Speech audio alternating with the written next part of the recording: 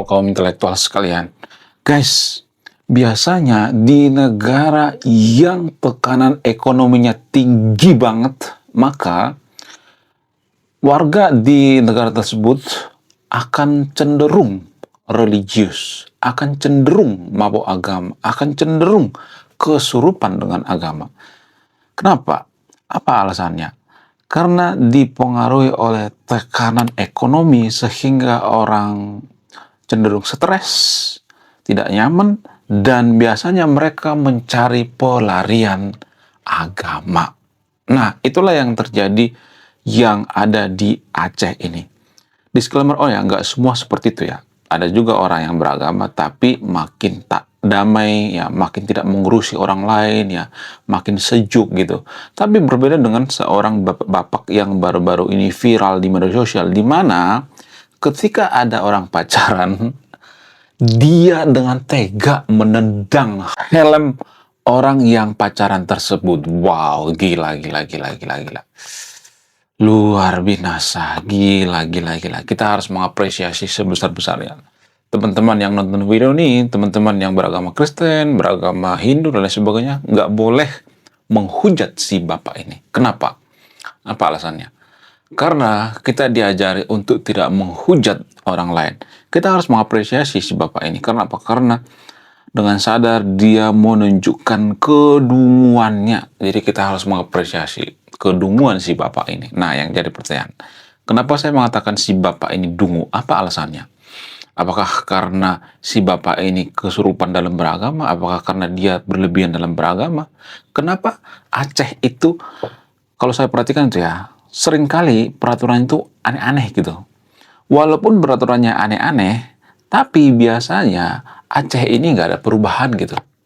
Jadi, mohon maaf bagi video, nggak semuanya orang Aceh itu intoleransi, nggak semuanya. Ada juga yang toleransi ya. Tapi permasalahannya kalau saya perhatikan, kenapa Aceh ini semakin jadi provinsi agama, semakin bersyariat Islam, tapi kemiskinan semakin tidak berkurang ya, semakin parah kemiskinan. Salah satu provinsi termiskin di Konoha itu adalah Aceh. Kemudian kasus-kasus intoleransi dan lain sebagainya. Salah satu provinsi, menurut data ya, salah satu provinsi yang paling intoleran di Konoha itu adalah Aceh. Nah, yang jadi pertanyaan, kenapa bisa seperti itu? Kenapa semakin dekat dengan agama, semakin intoleran dan semakin miskin? Apa alasannya? Jadi di video ini saya akan bongkar sampai ke akar-akarnya. Saya tidak berpihak pada siapapun di sini ya. Saya berpihak pada kejujuran. Kalau benar ya benar, kalau salah. Saya tidak akan menutupi. Jadi kalau saya bongkar ini, mungkin akan banyak warga Konoha yang kejang-kejang kelonjotan berjamaah. Kenapa banyak warga Konoha kejang-kejang kelonjotan berjamaah? Karena kesurupan agama, karena mabuk agama. Kalau sudah ngomongin agama, kalau sudah dikritik, ya sedikit saja dikritik agamanya, maka kita akan seperti anak TK, seperti anak kecil yang rebutan kuaci. Nah, yang jadi pertanyaan, sampai kapan kita seperti itu? Harus ada yang namanya perubahan, harus ada yang namanya mendobrak, harus ada yang namanya memberitahu di mana letak kesalahannya, di mana letak kesalahan dalam berpikir. Jadi di video ini saya akan mencoba mau beri di mana letak cara berpikir orang-orang Aceh sehingga mereka semakin hari semakin intoleran dan semakin tidak suka dengan perbedaan. Bagaimana faktanya? Faktanya adalah, belum kita lanjut. Jadi guys, kemarin ada yang nanya, lu apa sih kontribusinya bagi negara ini? Lu kontribusi saya ini guys ya, nulis buku, judulnya Budi Tanpa Pekerti. Ini temanya bahas tentang agama. Kemudian sama luka kisah dalam buku ini, ada seorang kiai bingung memilih antara menyelamatkan hutan atau menyelamatkan 1000 anak yatim. Link pembeliannya ada di pin komentar video ini. Suka tidak suka, mau nggak mau. Dan ini jarang dibongkar guys. Ya, kalau saya bongkar ini mungkin akan banyak orang yang marah gitu ya. Tapi ini fakta jujur guys. Cuman pahit gitu ya. Suka nggak suka, kalau suatu negara atau suatu bangsa atau suatu provinsi itu lebih mengedepankan yang namanya aturan-aturan agama, biasanya negara tersebut akan semakin terpuruk, akan semakin terperosok gitu. Disclaimer, ya nggak semuanya tapi ya. Kenapa bisa seperti itu? Apa alasannya? Karena agama itu kan mengajarkan bahwa agama kita yang paling benar, agama kita yang paling suci, agama lain sesat ya. Sehingga kita cenderung, nggak semuanya tapi disclaimer on ya, cenderung intoleran. Tafsir kita yang paling benar, ya kemudian keyakinan kita yang paling benar. Padahal kan tafsir-tafsir itu kan hasil olah pikir manusia. Keyakinan itu kan belum tentu benar juga kan. Kenapa? Karena kurangnya bukti ya, nggak bisa dibuktikan secara empiris dan lain sebagainya. Tapi kalau saya ngomong seperti ini nanti pasti banyak nanti yang kejang-kejang gitu ya. Jadi itulah alasannya kenapa negara maju itu memisahkan agama dengan negara. Karena apa? Karena seringkali, nggak semuanya tapi ya, seringkali agama ini penghambat kemajuan dalam berpikir ya, dalam bernegara juga. Contoh misalnya, kita ambil contoh ya. Jadi dalam agama tertentu dikatakan bahwa bumi itu datar. Di agama tertentu dikatakan bahwa manusia itu berasal dari tanah. Nah, kalau kita mempertanyakan ini, benarkah bumi itu datar, benarkah manusia itu berasal dari tanah, maka pemuka agama bisa agama mengatakan, udah cukup imani saja, nggak usah berpikir kritis, nggak usah menggunakan akal. Kalau kamu menggunakan akal itu kamu stres. Lebih baik kamu menggunakan iman gitu ya. Bukan berarti saya nyuruh yang Tafsir untuk tidak menggunakan iman, boleh, tapi permasalahannya kita itu terlalu over gitu dalam beriman. Kadangkala sesuatu hal yang tidak masuk akal kita imani gitu. Seperti manusia berasal dari tanah, itu kan kalau diteliti yang diteliti oleh ilmuwan itu kan sebenarnya kan nggak ada hubungannya DNA manusia dengan tanah. Tapi kalau saya ngomong seperti ini nanti pasti banyak yang kejang-kejang kalau jotan berjamaah. Nah, karena seringkali fakta-fakta yang disuguhkan oleh agama itu nggak semuanya tapi disclaimer on ya, seringkali bertentangan dengan fakta di lapangan, bertentangan dengan kebenaran, bertentangan dengan fakta-fakta empiris di lapangan gitu, fakta yang sesungguhnya. Sehingga apa? Sehingga seringkali agama ini berbenturan dengan kepentingan negara. Negara mengatakan kita harus fokus berpikir kritis. Agama mengatakan nggak usah berpikir kritis, kita stres. Ya, negara mengatakan kita harus membangun kesejahteraan masyarakat. Oh, nggak usah kesejahteraan di masyarakat itu dibangun. Lebih baik kita fokus pada akhirat. Negara mengatakan kita harus menyelesaikan masalah itu dengan menggunakan pemikiran rasional. Nggak usah menggunakan pemikiran rasional. Ya, kita menggunakan doa aja gitu. Ya, negara mengatakan kita harus melakukan inovasi perubahan. Ya, agama mengatakan ngapain melakukan inovasi perubahan? Ujung-ujungnya juga kita meninggal kok. Ya, nggak usah terlalu fokus pada dunia, fokuslah pada akhirat. Negara mengatakan kita harus fokus bekerja keras, disiplin dan sebagainya. Agama mengatakan ngapain ngejar dunia? Lebih baik fokus pada akhirat. Ngapain ya? Ya, fokus pada akhirat itu bikin kita stres ya. Kemudian negara mengatakan pada saat jam kerja di perusahaan, ya kita harus disiplin dalam bekerja supaya investor senang dengan kita, supaya investor jangan marah, supaya investor datang ke Konoha gitu ya. Jadi kita harus profesional, kita harus memisahkan ibadah dengan pekerjaan kita. Kita harus memisahkan urusan privasi agama kita dengan pekerjaan kita. Jadi saat kita kerja nggak boleh yang namanya nyuri-nyuri waktu untuk ibadah.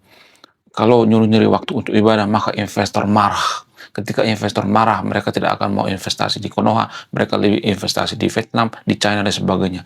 Ketika negara mengatakan seperti itu, maka pemuka-pemuka agama di Konoha dan orang yang mabuk agama di Konoha mengatakan, kalian ini dajjal, ya, cuma 5 menit doang, masa kalian nggak bisa kasih waktu untuk kita ibadah? Kalian ini apa-apaan?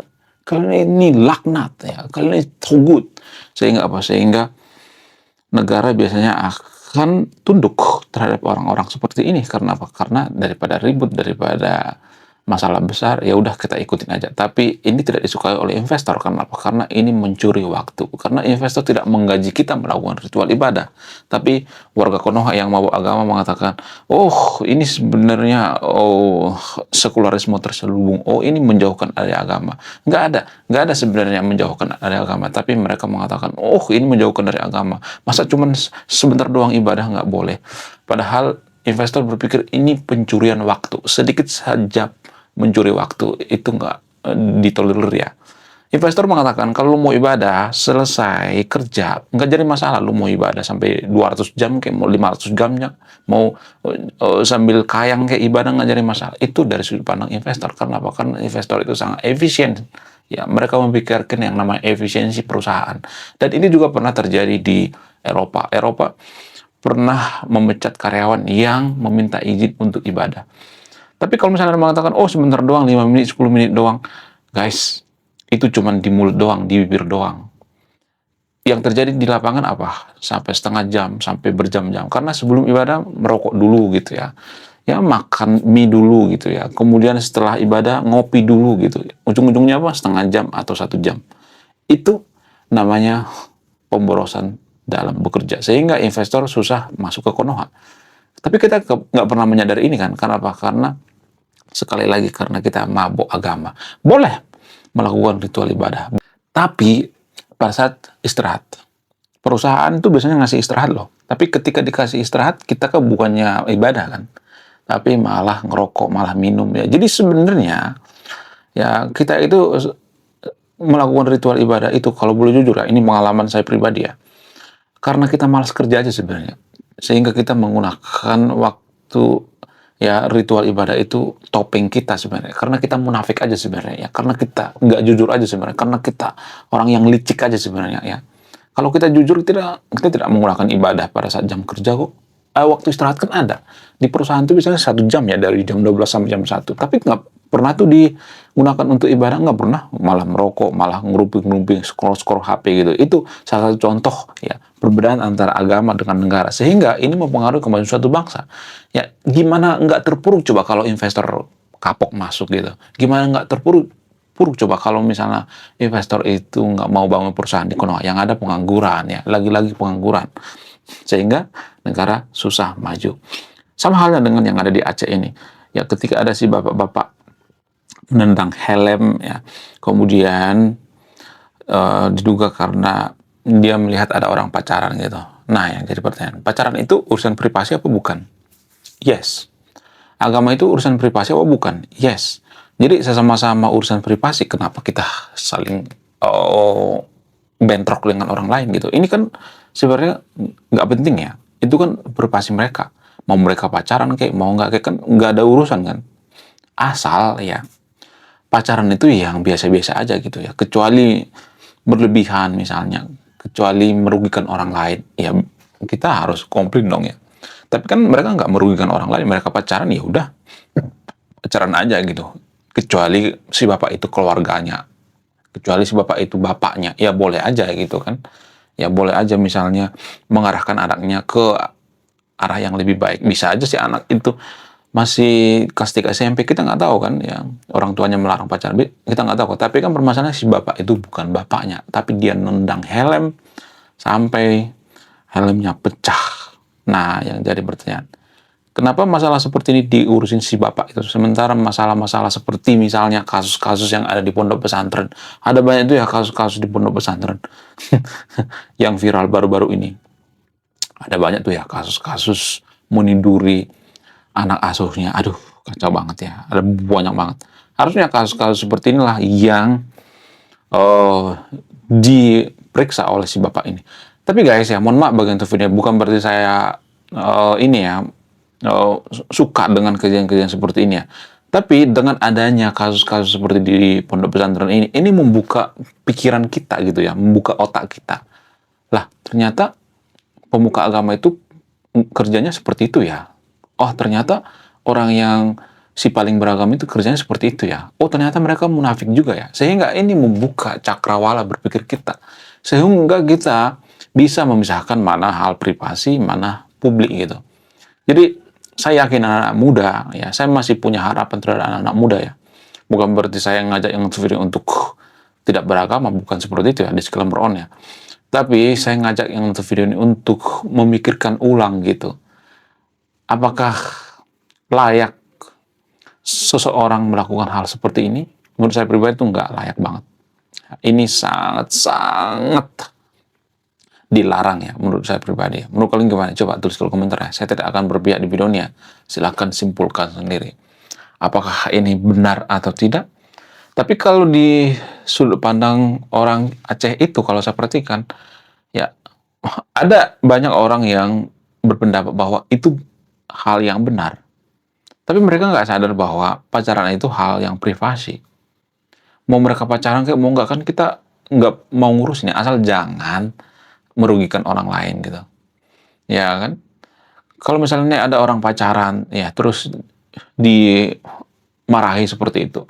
Ya bisa aja orang yang pacaran itu makin nggak percaya dengan agama kan, meninggalkan agama gitu. Itulah alasannya kenapa di negara yang religius itu, nggak semua ya, tapi disclaimer on ya, biasanya mereka diam-diam ya, ada anak muda yang diam-diam nggak percaya dengan agama. Karena apa? Ya karena hal-hal seperti ini.